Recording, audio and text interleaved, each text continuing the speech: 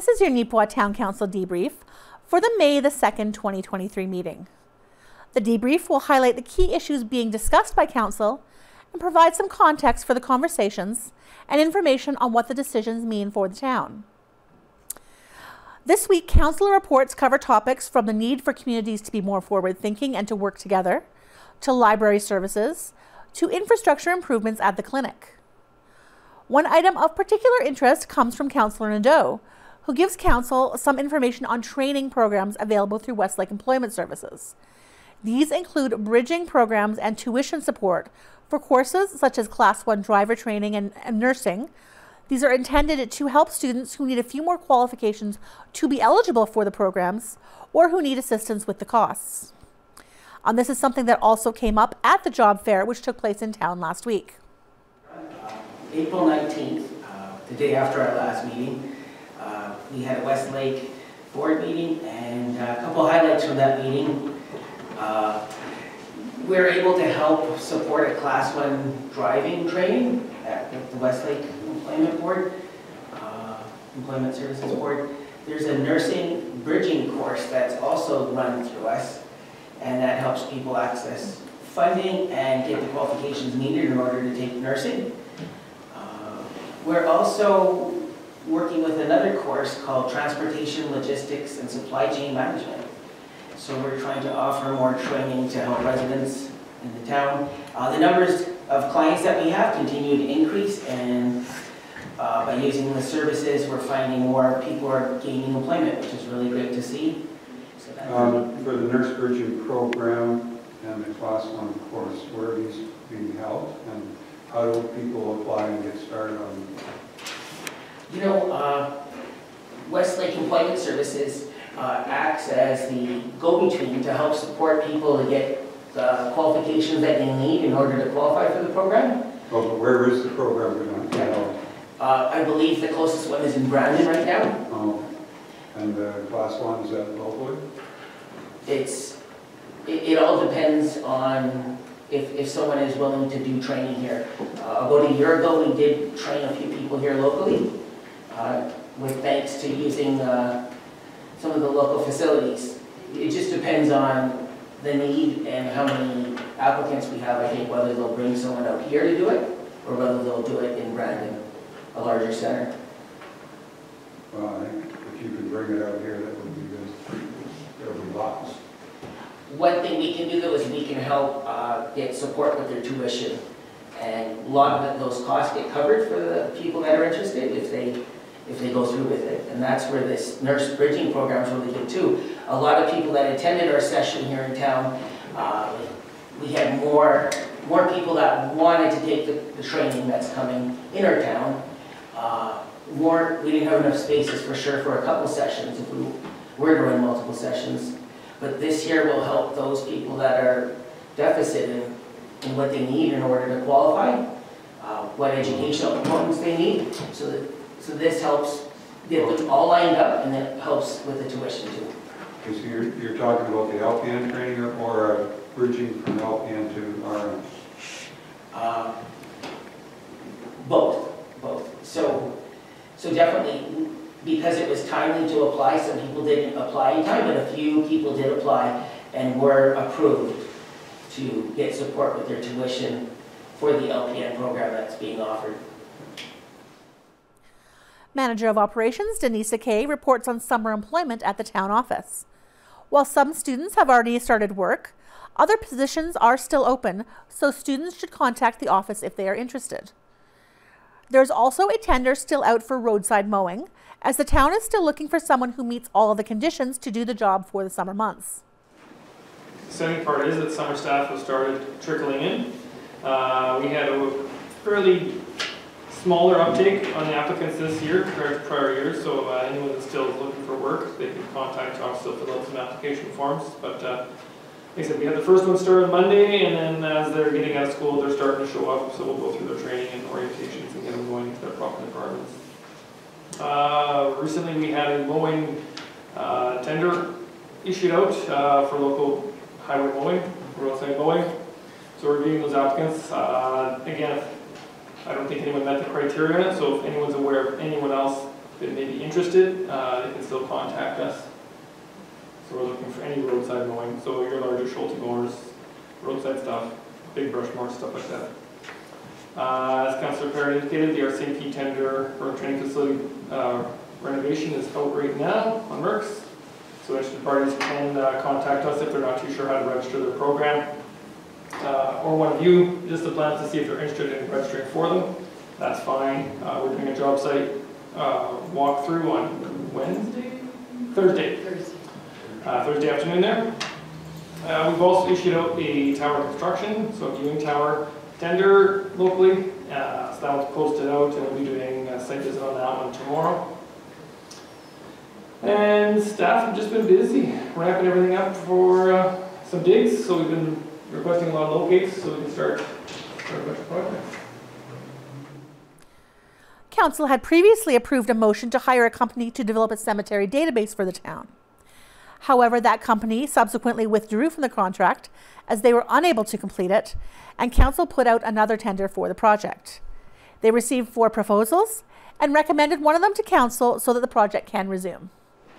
So this is coming back to the table as old business because we've had a little bit of glitches in such that Resolution 2022-186 and 2023-11 actually approved the purchase by way of tender for the cemetery database software from Central Square, and then of course then proceeded with getting the mapping system from Lees and Associates, and they were going to work collectively together.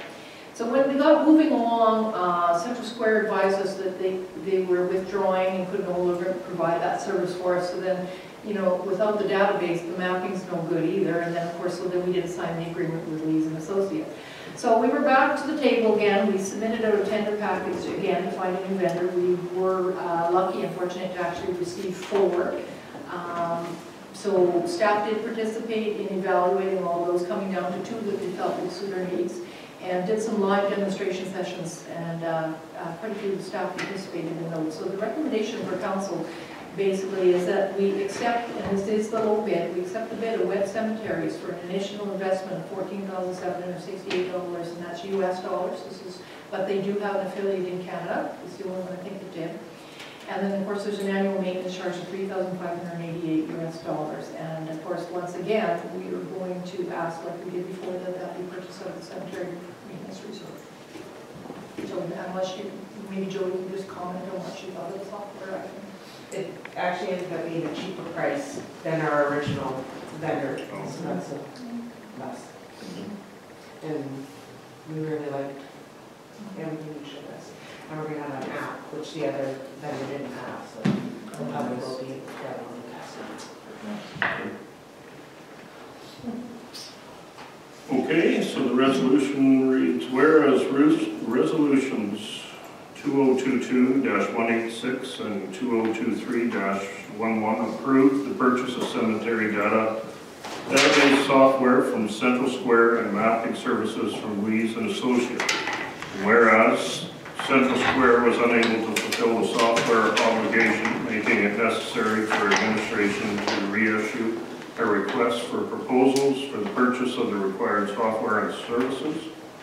And whereas, after reviewing and evaluating the proposals, administration's recommendation is to accept the proposal of Web Cemeteries to provide the cemetery database software, which shall include the management system, GIS mapping, data import for existing paper and Excel records, enterprise sales product, advanced public system products, and a customized Riverside Cemetery application from Web Cemeteries for an initial investment of $14,768 US and an annual maintenance charge of $3,588 US.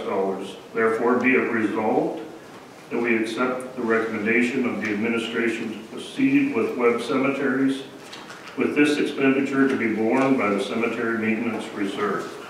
Moved by Deputy Mayor Parrott, seconded by Councillor Sisley.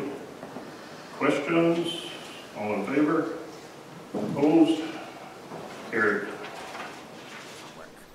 CAO Colleen Shishin brings forward several policies that need to be amended, updated, or repealed to bring the policies up to date. While some are more substantive, Others are simple renumbering of the existing policy to fit the current numbering scheme, or repealing policies that have been written into bylaws elsewhere or are covered by other existing policies. One of the more substantive changes is a bylaw for tile drainage within the town, which was worked on in conjunction with the RM of Rosedale. It primarily relates to development within the town of Neepawa, putting a codified process in place, and this will come back for a public hearing for commentary from the public and government departments. Colleen, we are into new business and a number of policies. So you can see 3 groupings of policies, each under separate resolution, just because of the way they need to be dealt with. The first one, these are new policies that we're promoting. The first one being theft, fraud, and non-compliant activities. This has been a policy that's been draft stage for a few years now. We just never brought it to your table for approval. And this is just to be put in place with everything going on in the world and people believing they have access to things or shouldn't have access to things. It's just to support us as we proceed as an employer, a significant employer in the town of Neepawa, that we make sure that everybody that's employed here understands, you know, what their position is in the municipality and that they protect and look after the assets of the community.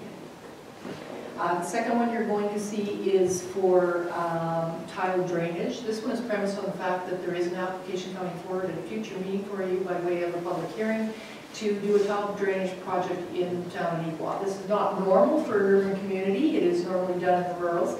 So the policy you see reflects a combination mostly that we used was Rosedale's that is currently existing over there, because the water that is going to come from this project will actually enter into waterways into the arm of Rosedale. So we felt that we also have to protect their interests as well.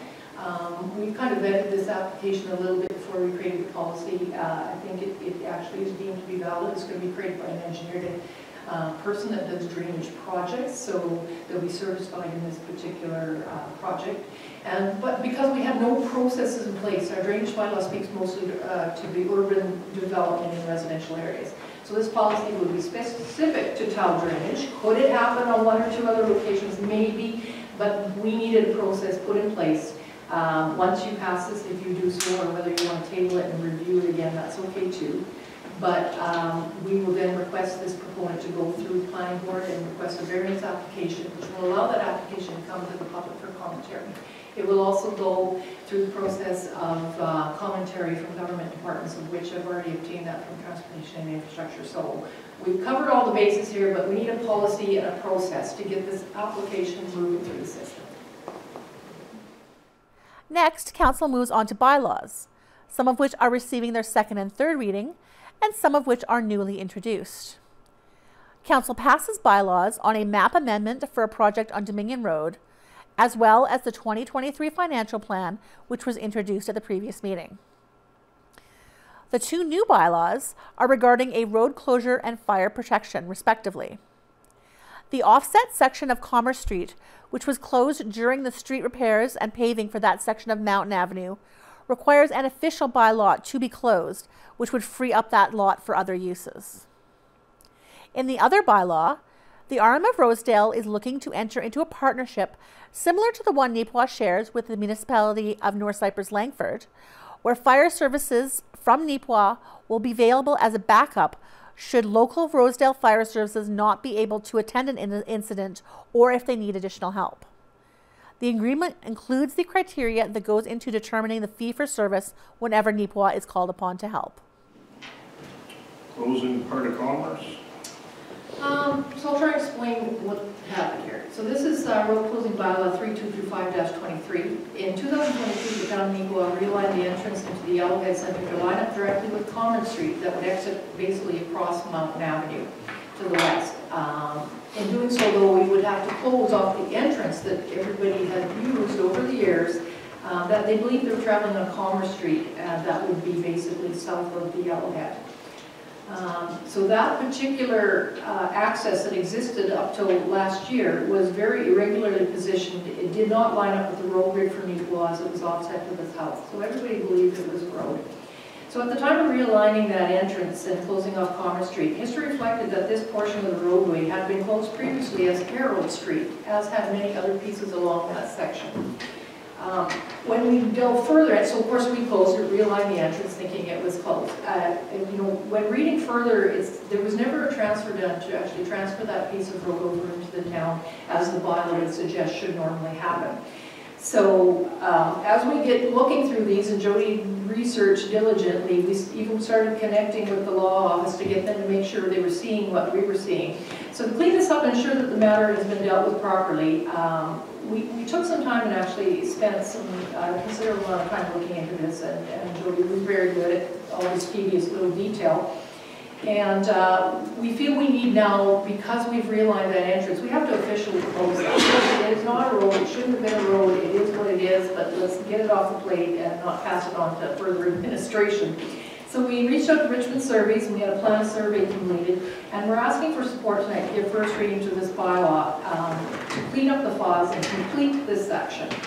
And following first reading, there will be a requirement for a public hearing as per what the legislation tells us needs to happen when you close a piece of road, and as well as the circulation of the bylaw to provincial departments and agencies. So we're looking for your support. It will become a law at some point, and you know, for future use of something. We just don't know what, but we want to do this right and clean this up.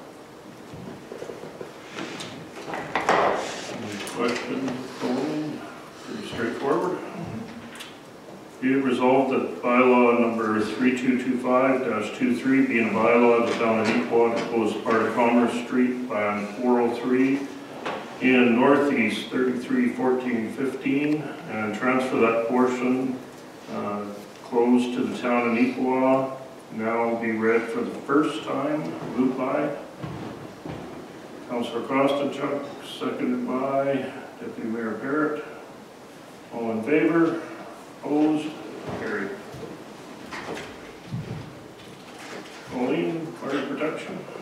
So to get you up to speed on this one as well, under the Municipal Act, every municipality in Manitoba must provide fire protection services within their jurisdictional boundaries. And for the purpose of providing fire protection services, a municipality may enter into an agreement with another municipality for certain services on their behalf or to supplement existing services. So the rural municipality of Rosedale has now expressed interest in supplementing their services in instances of a major fire, a disaster, or other emergency to enhance the level of life safety and property protection in their municipality. We've had discussions with them. We had actually, dating back to 2017, to broach this subject at the time. They were not ready to enter into that agreement with us. But we did pass an agreement to do this with Northside with Langford, and we carry on to provide full service for them. This is not what that is. So we signed their agreement with Neepawa for the provision of supplementary services that would be triggered either when Rosedale is unable to respond to a request for service, or when they have responded or intend to respond to an incident and contemplate that additional assistance will be required or specialized equipment will be required. And I would qualify with this, but there is such a thing as mutual aid out there. It will exist, it does exist. The thing is, we found a lot of small communities in Manitoba have trouble getting volunteers, have trouble getting those specialized equipment or having the fire hall capabilities, having the volunteer capabilities. So we're proud to have a new fire hall with the trucks we have, with the complement of members we have. We have 2 sets of jaws alike. We have that ability. We can do that. We can assist them. But at some point when you go out into the rural areas and spend a little greater time than what necessary is mutual aid, then there has to be some kind of a fee for service that comes back to us to compensate us for our services. So this is what this agreement intends to do. The agreement that will be attached to bylaw 3222-23, which I'm asking for first and second reading tonight, outlines the criteria for the relationship and the required fee for service, and it takes into account the actual annual fire expenses incurred by Neepawa, including a capital replacement component, and it's measured against the actual uses of fire protection services. So basically, we looked at it as you use the service, you just pay that share of the pie kind of thing. The formula then takes into consideration the service requirement on the whole of Neepawa and every call we attend in our area, as well as all what each municipality actually was serviced. And then we look at the number of calls and the number of hours spent providing protection services and the number of man hours involved. And why we use these 3 criteria is the fact that an alarm call in Neepawa could be a 15-minute call, that's it, but we clock those at either the half an hour for a stand-in or an hour if they actually attend the site. If you go to a fire out in the RM, it's a grass fire, sometimes you're out there for 2 hours, sometimes you're out there with 18 or 30 people, there's quite a difference. I can't clock that at 1 hour and call that fair. So when we look at evaluating all these different criteria and using an average of those, and then we took it and ran it over a 10-year period, because when you budget, the rurals kind of need to know year to year what their budget might be so that they can budget properly. So that gives an even distribution roughly of $500 to $1,000 within the fee that we pay in that particular year. And it's worked very well in North Cypress Langford, and you know, it seems to be a formula that will carry forward into the future. It provides the stability from year to year. It's based on historical data. It's based on you know, removing extreme fluctuations, and basically, who can argue you pay for what you use? To address issues related to fire calls for highway-related incidents, any associated revenue received through MPIC shall be directly appropriated to the fire reserve for the purchase of capital. And I'll explain this a little bit. So when we attend a vehicle accident on the highway, it doesn't matter where we go. Sometimes we're able to claim back a certain portion. It's only around $1,000 roughly to back to our fire department for services rendered. So rather than say, you know, you should get that $1,000 for Rosedale or North Cypress should get it or whatever, we just said, rather than us taking it into general operating, we put it specifically into the reserve so that we can buy capital, which everybody benefits from. So that solved that. So to be clear, in the end though, the basis for this agreement is to enhance services provided into Rosedale. It is not intended to replace the services that they are obligated to provide under legislation. This does not mean they can slacken off and do less service. They continue with their service. It's like an insurance we're providing for them, and we will go attend, like we did today. It was a grass fire, we went. So first and second reading of this bylaw is on your plate, which will authenticate the agreement as well. Thanks, Colleen. Any questions? Be it resolved that the bylaw 322-23 being a bylaw of the town of Neepawa to enter into fire protection services agreement with the rural municipality of Rosedale be now read for the first time. Moved by Councillor Pottinger, seconded Councillor Sisley. All in favor? Opposed? Carried. Go right into the second reading. Be it resolved that the bylaw 3222-23 being bylaw of the town of Neepawa to enter into fire protection services agreement with the rural municipality of Rosedale be now read for the second time. Moved by Deputy Mayor Parrott, seconded by Councillor Kostenchuk. All in favor? Opposed? Carried. Finally, Councillor Gerard brings up a couple of items for the public to be aware of. First of all, the area that was paved to prepare for the new tennis courts should not be driven upon. The hardware for the courts will be installed in June. As well, the area of Brown Street leading to the water treatment plant, as well as other hilly areas in town, see a lot of pedestrian traffic. So both drivers and pedestrians should remain cautious in these areas, as visibility of oncoming traffic can be impaired. Yeah, just a couple items. Number one, on the weekend I was made aware of the fact that we had people using the new area for tennis courts that are going to be built in June. We're using that for parallel parking practice and things like that, so we had vehicles out in that area. So we've notified administration. I see they've already got barricades to hopefully prevent vehicles, but just as a reminder for people that there's a parking lot in, use the parking lot that exists there for parallel parking, but to stay off that area that's being prepped for courts. But I think the part that's a bigger concern is that one of those cars was also spotted doing parallel parking practice on the runway. So just as a heads up to the public, no vehicles are allowed out onto the runway of any kind, except when they're in a sanctioned event, which is the drag races, which are organized with Transport Canada, so we don't have a case where a plane's trying to land where a car might be. And it was a resident who has a hangar who spotted the person parallel parking out there on the runway. Number two, because it's all the parking, the first one. Now that we're moving into summer, and it's great, we're seeing lots more people walking on streets, lots more kids out and about on bikes. I actually had a resident approach me regarding the street, Brown Street, heading down towards the water treatment plant, noticing a lot of high traffic, a lot of traffic going down there, but it's the speed of the traffic. They're using the momentum of the hill. I know Councillor Pottinger and Councillor Kostenchuk deal with those same issues, being at the bottom of the hills and the speed traffic goes by. I think the one thing that's of interest though is on Brown, we get a number of kids going out to the basketball courts. We see families walking across from Hillcrest. That is part of the Trans-Canada Trail on the east side of that lake. Number of times you'll see pedestrians walking down the middle of the road, and if they're coming over that hill at 50 kilometers an hour, we're just begging for an accident. And I know we even had a resident, Mr. Burton, address that same thing regarding the pool. The town, I know we are limited what we can do for speed because we're only allowed to lower it to 30 kilometers in school zones. Well, the new legislation allows you to start looking at different things. Yeah. I'm just curious if it would be possible that we could maybe, I know we're also in the process of going through an active transportation study, but maybe looking at a few of these routes where we know have that traffic right now, even just putting up some warning signs about kids playing and something along those lines. The pool's going to be reopening here in 3 weeks, so we'll see pool traffic resume down those roads.